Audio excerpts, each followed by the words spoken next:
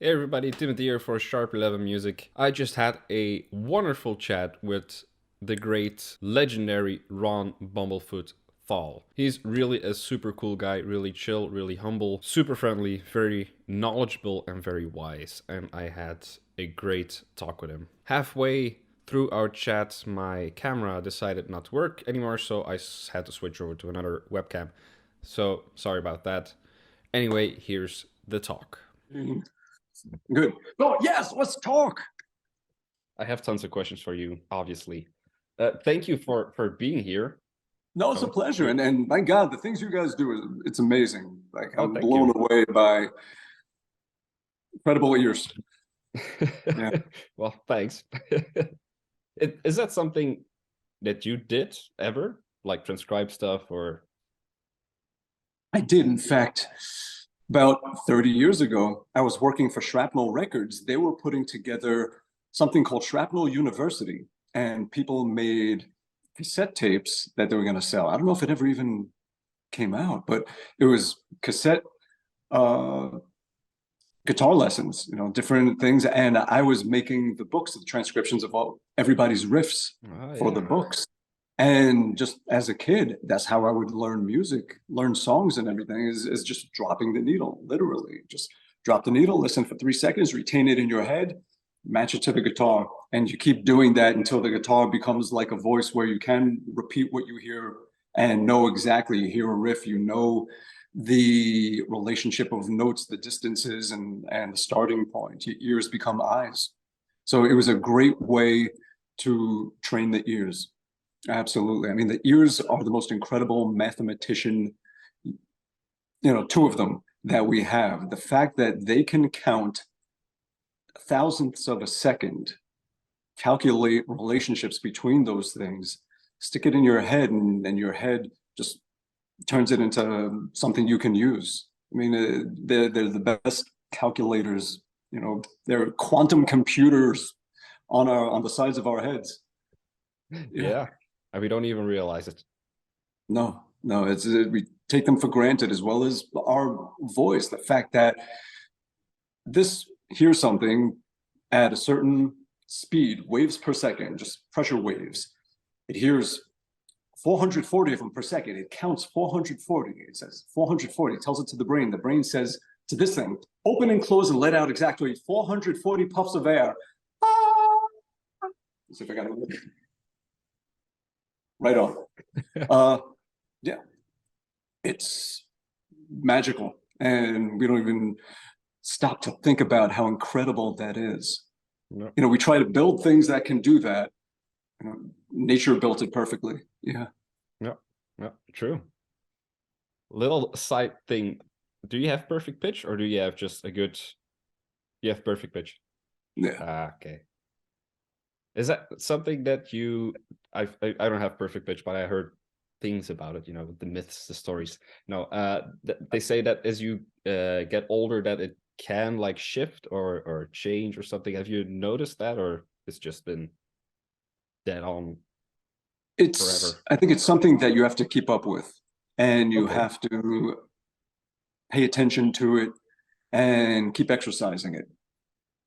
Like when I was younger, I used to do these crazy things where people would call me on the phone, they would play some weird guitar chord that's like impossible to play, and then I would tell them which finger was on which string and where it was. And like it was something that actually Mike Varney at Shrapnel used to do that. He would do these three-way calls and he would have another guitar player. He's like, watch this, watch this.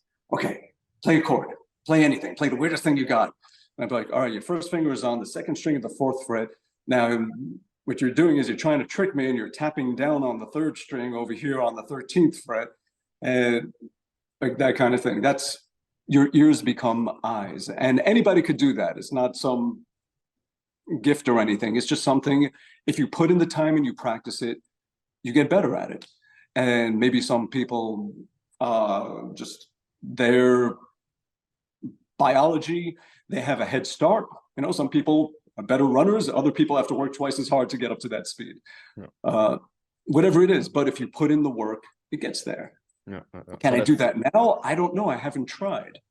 So it's something that if I exercise it, I'll be able to still do it. Mhm. But it's not a magical thing. It's just something you practice. And the real way to do it is to just be so familiar with songs you know, and what they sound like in your head.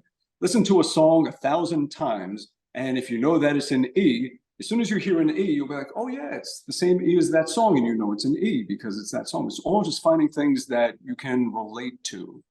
That's the best way to do it. So if you know the trooper,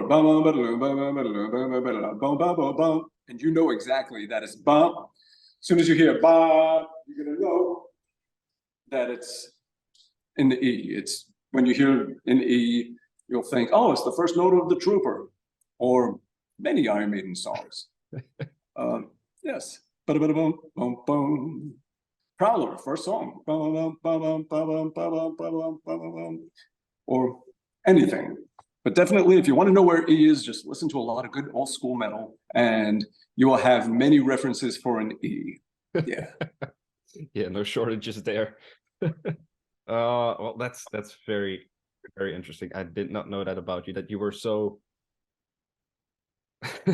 so how should I put it, obsessive about ear training. Um, it's just something that should not be ignored or overlooked. It's a valuable asset. As a musician, your ears are everything. Mm-hmm.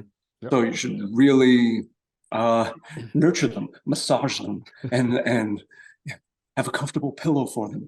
And but seriously, like, yeah, your ears, always use protection. You kids out there, you horny kids, always use protection. And yes, avoid tinnitus at all costs. It's impossible to do in a loud rock band, but try to preserve your ears and keep them healthy and functional, because you need them for everything in the studio to just notice everything you need to notice. Yeah, take good fucking care of your ears, people. Yes. Yes, definitely. I just had a question in mind. I forgot it.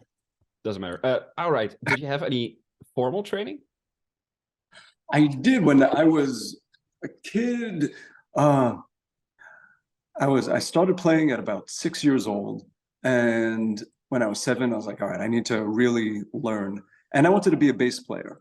So I went to a music store, a local store. I was like, I want to get a bass and start taking bass lessons. I'm this tiny little kid. You know, a bass is taller than I am. I don't have the wingspan to be able to play one, or the finger strength to press down those cables. And they knew that, and they didn't want to lose a sale. So they lied to me and they said, well, in order to play bass, you have to start off on a kid-sized acoustic little nylon string guitar and play that for 2 years. And then you can graduate up to bass. Damn it. Okay, fine, I'll be a guitar player. And so I got tricked into playing guitar.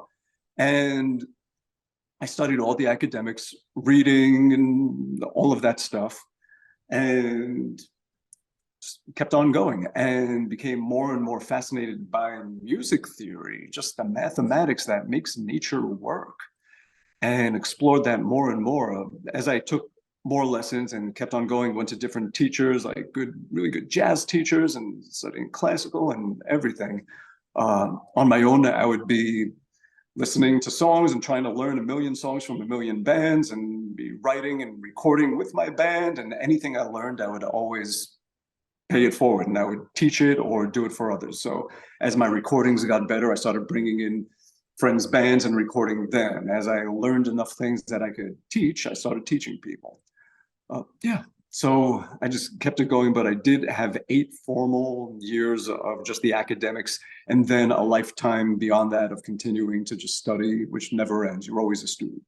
So just always, yeah. Okay, nice. And like the theory stuff was already there in the beginning, or was it more like the typical classical guitar lessons, like you learn to read and all that stuff, but it's not necessarily very theory heavy, or was that incorporated pretty much from the start? It was more just reading and going through all the Mel Bay books. Yeah. And it wasn't until this great teacher named Bob Ferry, He was a Berkeley graduate, and I was about 11, 12 years old studying with him, and he started really getting into theory with me and jazz theory, flat nine substitutes and all that stuff. And just understanding, the trunk of the tree, the diatonic major scale, understanding the branches, whether it's modes or a branch of a branch, melodic minor, harmonic minor, and then altering stuff and really using stuff. And I just kept on going with that. And even now it's a nonstop thing, and I'm always exploring new ideas with it and just seeing what else there is to discover. Cool. Yeah. And like you, obviously you're technically very proficient. Is that? Thank you. I try. Well, you try very well. Is that also something that came easy to you, or is it something that developed later on, or how did that develop?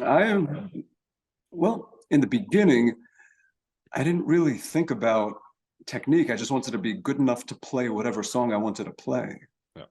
So in the very beginning, I had teachers. Now, this was the 70s, so it was all, hippie stuff and 70s and 60s stuff and whatever the teachers knew. So some of the first songs I learned was like, I'd love to change the world from 10 years after.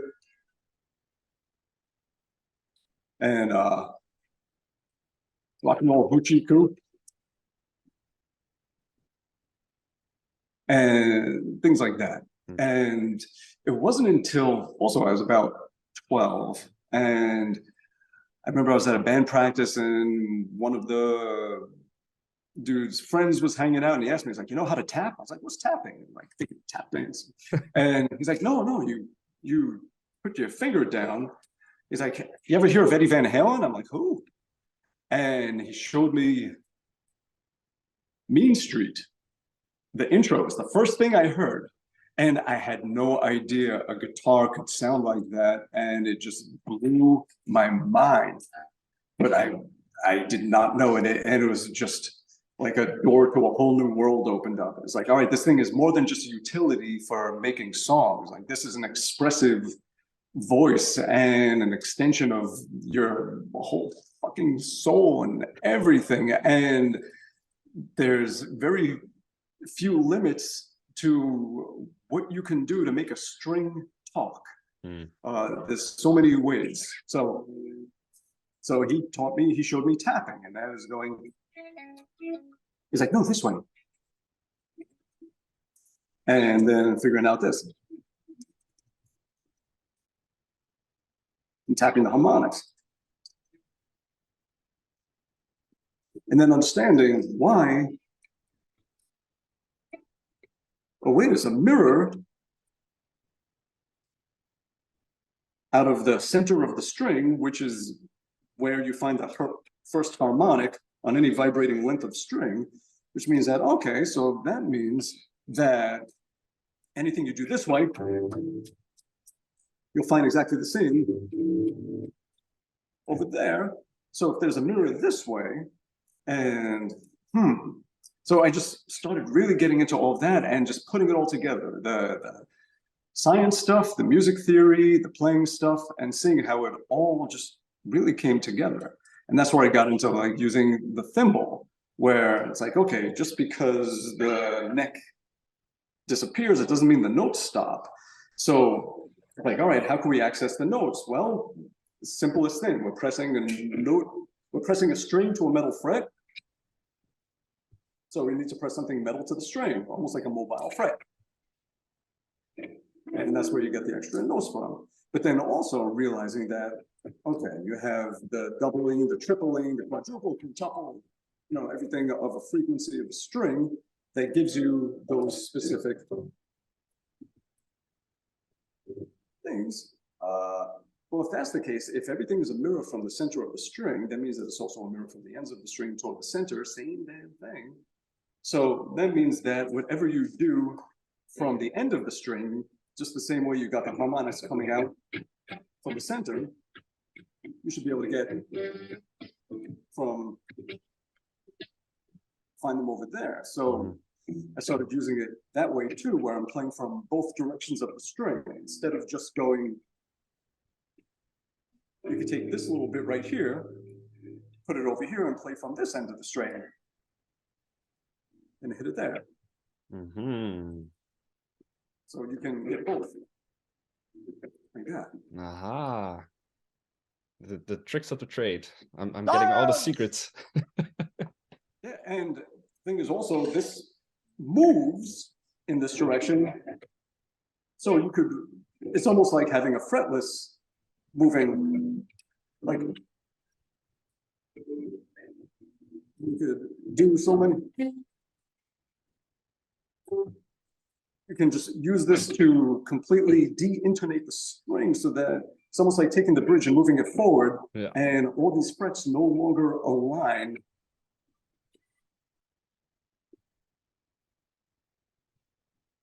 Yeah. Yeah. That's cool. But it's all just taking all the science and the music theory and playing and putting it together. Yeah. Yeah. And how did you come up with using the thimble? Was it really like thinking like I just need a piece of metal I can press on my string?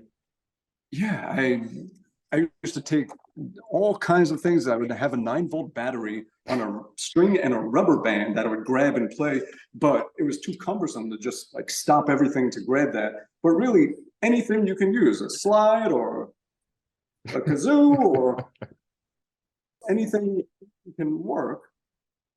And yeah, so that's it. So just experimenting and just seeing what was available. Just use what you have. You always have something right in front of you, just waiting to be noticed that you can use it in some creative way. So yeah.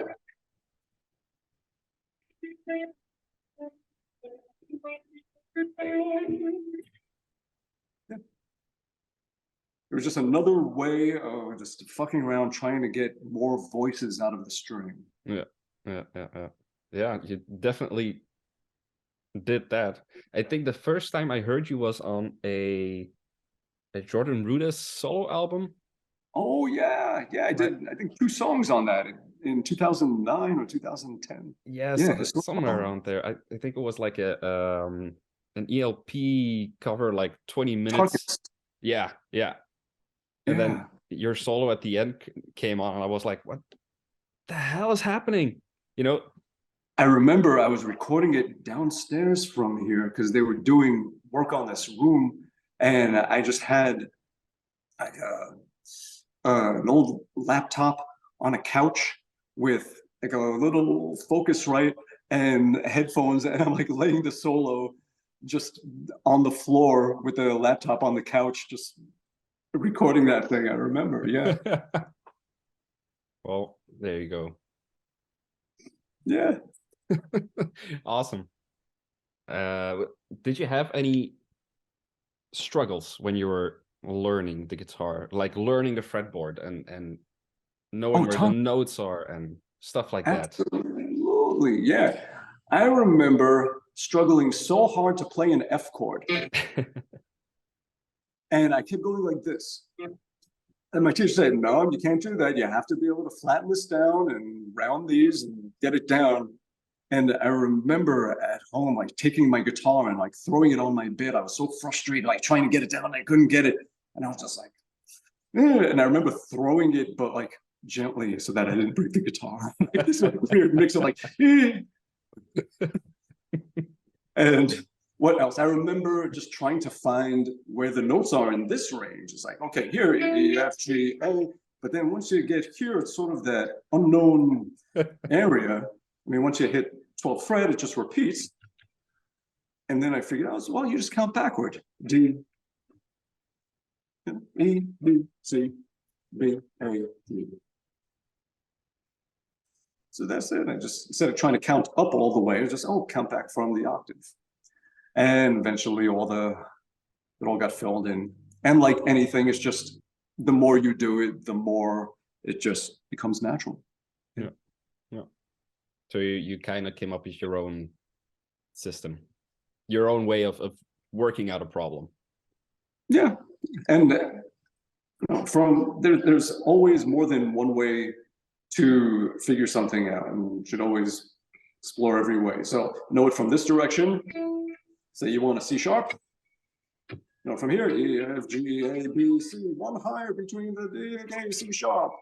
Or note from here, okay, E, E, B, C is in between C sharp, maybe it's D flat, it depends on the key, and that's a whole other thing to talk about, but C sharp, yeah.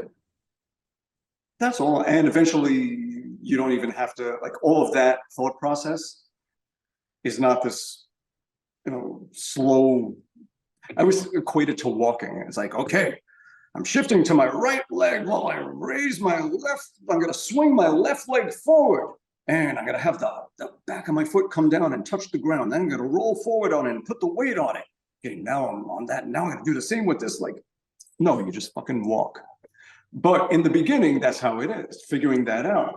It's the same thing with this. Everything is just learning to walk. And once you know how, you don't have to think about it. It's just part of your process. So all the calculations, all this crap that I'm talking about, it just happens. You don't have to think about it. It becomes natural. It becomes part of when you play. This is what happens. You're not just blindly moving your fingers. You know, everything is already taken care of. And Yeah. No. You know. I know. I've been there. Do you have any struggles now? Sure. Always. There's always struggles and challenges and things, and always trying to push the limits and something. Yeah. Whether it's just new song ideas or just something, I'm always trying to challenge myself and get better at things.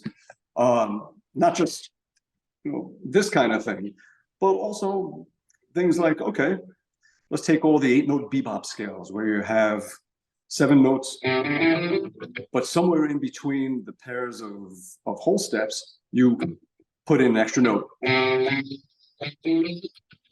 So now let's say we're going to go 1, 3, 5, 7. As we move up, instead of it going to D, it's going to go to that in between note. And here, same. Suck it up. So then experimenting with that. So that's an example, something like that. And then making music with that, and saying, all right, what can I come up with? So for my next album, I actually have a song where I did that. I took the 1, 2, 3, 4, 5, 6, flat 7, 7, and you end up with, whoops, that's it. So I had a song that's like, with all the, what is it? And then getting into all weird. Yeah. So, yeah, I like to just always check out new stuff. Nice. I think that was probably inspired by a guy named, what was his name? Barry Harris. Jazz piano player, and he did something where he had 6th chords, 1, 3, 5, 6 in foreign versions, the root, and in between them, he threw in the diminished in its 4. So you have.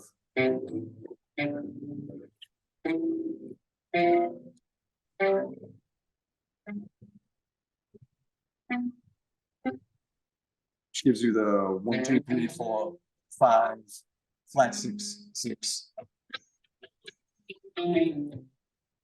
Which is probably the sweetest of all the 5 variations of those diatonic +1 8-note scales. Yeah. If you want to see the rest of this chat and another one I did with Brett Garcett, along with many other live sessions and courses we provide, head on over to Sharp 11 Music and sign up for the Pro membership. See you there.